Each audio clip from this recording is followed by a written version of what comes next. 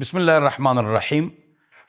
د ډیرو خلکو په زړه کې دا جذبه پیدا شي ته د قرآن درس زده کو، د قرآن ترجمه زده کو. الله مونږ ته څه وایي چې دا مونږ زده کو. دا شوق ډېر ښه دی، خو یو نصیحت ووره.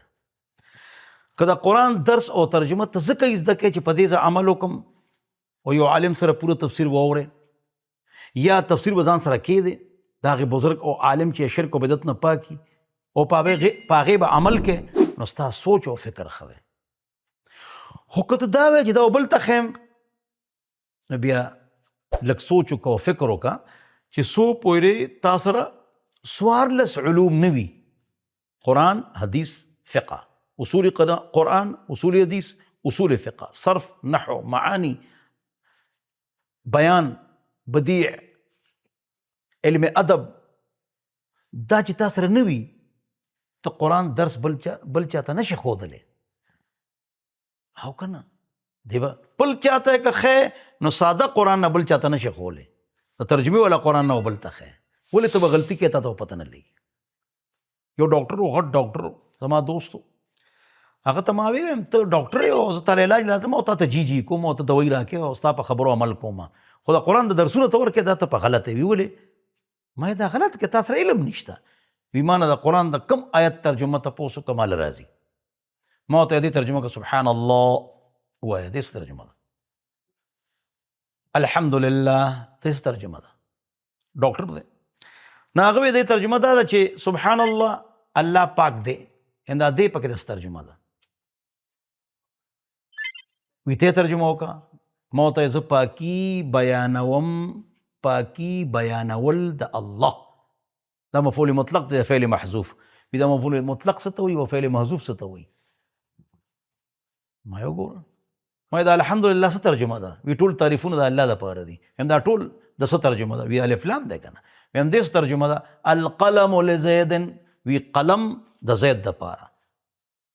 نو ما ورته ویم دلته خو القلم یو قلم د زید دپاره، هلته الف لام ترجمه ورکړله ټول تعریفونه الله دپاره دي. القلم یو قلم چې دی نو هغه د زید دپاره دی.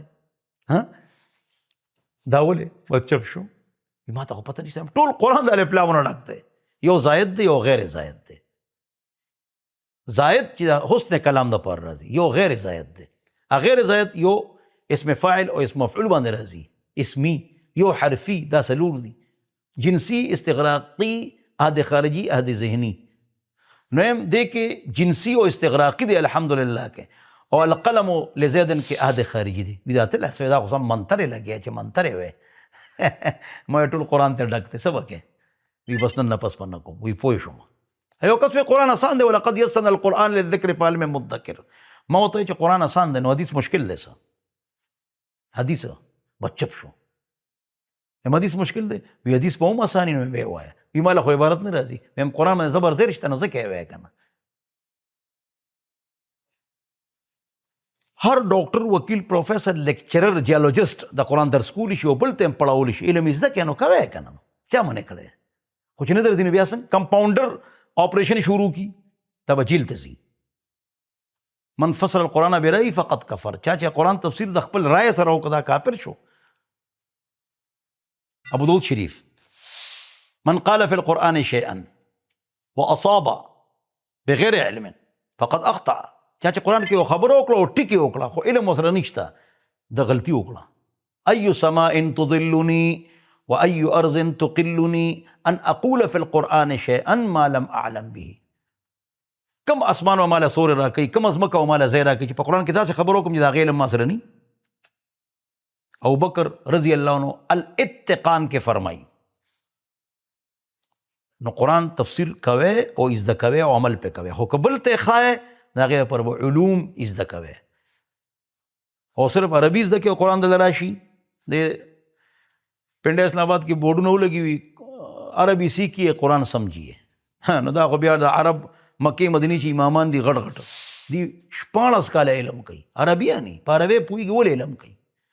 هغه کسان چې 14 کاله علم کړي، حافظي، عالمي، دا 14 علوم یې زده کړي، نو هغه علي. هر یو کس خو هغې نه علي. که په انګلیش چاله ډاکټرۍ کتابونه په انګلیش کې دي، نو ټول به ډاکټران دي؟ نه، د صاحب فن نه به علم زده کوي. نو دقه شان د قرآن علم که بل ته ښې نو صاحب فن نه مخکې علم زده کوه. خفه کېږو به نه. الله دې موږ ته سمه نصیب وګرځوي. بله یو اهم خبره دا ده چې دا خبره کول چې خلک قرآن لري دي او ای خلکو قرآن زده کې او دا خلک په قرآن نه پوهېږي ځکه حالات خراب دي. دا خلک وایي دا خبره غلطه ده. ولې؟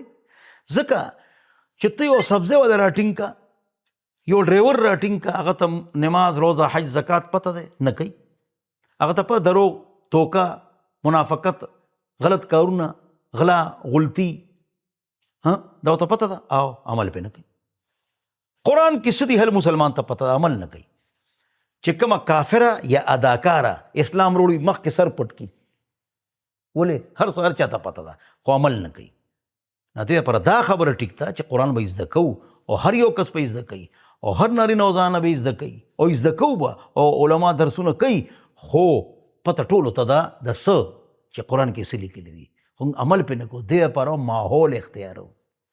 څه به اختیارو؟ ماحول. چې ماحول کې د علماو دیندارانو الله والو راشي نو بس عمل به آسان شي. کنی پته خو ټولو ته ده. تاسو ته ما ووایي. نو الله دې په دې خبرو مالا او تاسو له د عمل توفیق نصیب وګرځوي. والسلام.